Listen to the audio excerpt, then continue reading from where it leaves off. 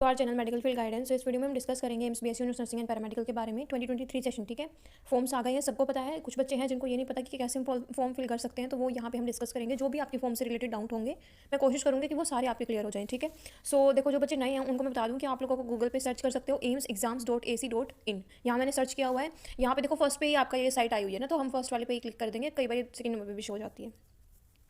सो हमें इस तरीके से कुछ दिखेगा। ठीक है, हम हमारे एकेडमिक कोर्सेज वाले सेक्शन पे जाएंगे। देन हमारा बीएससी ऑनर्स।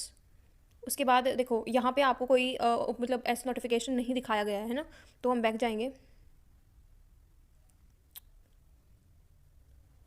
और देखो यहाँ पे मेनली आपके जो भी कोर्सेज के बारे में है वो यहाँ आ जाते हैं। जैसे देखो ये एडवर्टाइजमेंट है, कई बच्चे ना यहाँ पे देख लेते हैं और फिर यहाँ नहीं देखते, तो वो एक थोड़ा सा इशू जाता है। जैसे वहाँ पे अंदर जाके कोई शो नहीं कर रखा, बट यहाँ पे बाहर देखो शो कर रखा है इन्होंने, एडवर्टाइजमेंट एम्स BSc/MSc कोर्स 2023। सो हम इस फर्स्ट वाले पे क्लिक कर देंगे, तो यहाँ पे आपको एक PDF मिल जाएगी।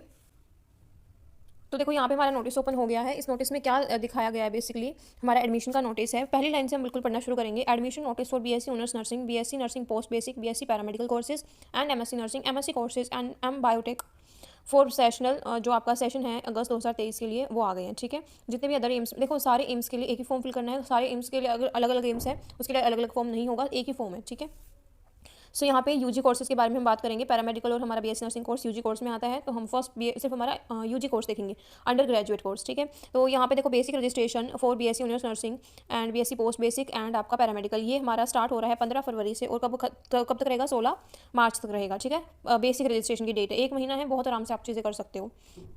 अब यहाँ पे देखो बेसिक रजिस्ट्रेशन के डाउट आपके बहुत सारे होंगे कि हमने पहले करवाया है तो क्या हमें दोबारा करवाना है, नहीं करवाना।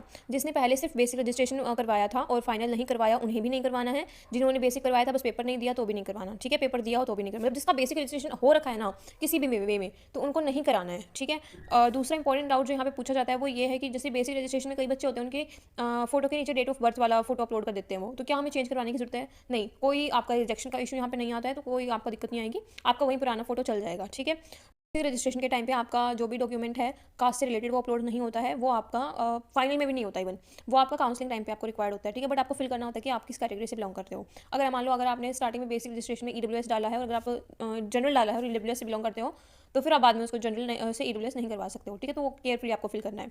ठीक है, तो ये हो गया। जनरेशन कोड की डेट जो है वो आपकी है 1 मार्च से लेकर के 22 मार्च तक। ठीक है, अब यहाँ पे बच्चों को डाउट होगा कि जिनका बेसिक, तो आगे बात करते हैं RUC कोड के बारे में। इसकी डेट आपकी 1 मार्च से 22 मार्च तक है। ठीक है, तो यहाँ पे बहुत सारे बच्चों के क्वेश्चन आते हैं कि अगर हमने पहले हमारा बेसिक रजिस्ट्रेशन कर रखा है तो क्या हम अभी अपना जनरेशन कोड जनरेशन कर सकते हैं? तो देखो नहीं, जो डेट गिवन है उसी डेट पे आप कोड जनरेट कर पाओगे, ऐसे पहले नहीं होगा। ठीक है, जिन बच्चों ने बेसिक रजिस्ट्रेशन नहीं करवाया है, जिनका न्यूली होगा, उनका अभी आप फिल करोगे, फिर आपका एक ना रिजल्ट आता है कि आपका जो बेसिक रजिस्ट्रेशन है वो एक्सेप्ट हुआ है या रिजेक्ट हुआ है किसी मिस्टेक की वजह से। तो अगर एक्सेप्ट हुआ है तो ठीक है, फिर आप RUC कोड जनरेट करोगे डेट आने पे। लेकिन अगर आपका रिजेक्ट हुआ है तो आपको वहाँ पे स्पेसिफाई करते हैं वो कि किस रीज़न की वजह से आपका रिजेक्ट हुआ है, आपको रीफिल करना है। ठीक है, एक्सेप्ट होने के बाद में फिर आपका जनरेशन होता है कोड का, देन आपका फाइनल रजिस्ट्रेशन होता है जिसकी डेट आपकी 1 मार्च से 22 मार्च तक ही है। ठीक है, अब यहाँ पे देखो मेन चीज़ क्या है, आपके एग्ज़ाम की डेट यहाँ नहीं बताई गई है कि एग्ज़ाम कब होगा। ठीक है, तो अभी अगर यहाँ पे हमारे फॉर्म्स 1 मार्च तक फिल हो रहे हैं तो एग्ज़ाम है जून में ही होगा। ठीक है, बट डेट फिक्स नहीं हुई है, एडमिट कार्ड की डेट नहीं आई है, ना ही आपके एग्ज़ाम की डेट आई है, तो उसके लिए आपको वेट करना है, क्योंकि ये चीज़ें आपका नोटिस के साथ रिलीज़ हो जाती हैं। एडमिट कार्ड के साथ आपकी रिजल्ट की डेट भी बना जाती है एग्ज़ाम डेट के साथ साथ, तो वो आप वेट कर सकते हो। इसके अलावा जो भी डाउट या क्वेरी है इस नोटिस के रिगार्डिंग आप पूछ सकते हो। दूसरा इंपॉर्टेंट चीज़, आप फॉर्म कैसे फिल कर सकते हो उसके रिगार्डिंग मैंने यूट्यूब पे वीडियो अपलोड कर रखी है। हुआ तो मैं इस वीडियो के डिस्क्रिप्शन बॉक्स में आपको उस वीडियो का लिंक प्रोवाइड कर दूंगी, अदरवाइज आप सर्च भी कर सकते हो, बट मैं कोशिश करूँगी कि मैं डाल दूँ, तो आप एक बार चेक कर लेना। अभी आपके पास टाइम कम है और नोटिस भी आपका आ गया है। अगर थोड़ा भी पढ़ाई के लिए सीरियस हैं तो डेफिनेटली अगर आपकी तैयारी नहीं हुई है, ना के बराबर है, तो कोर्स ज्वाइन कर सकते हैं।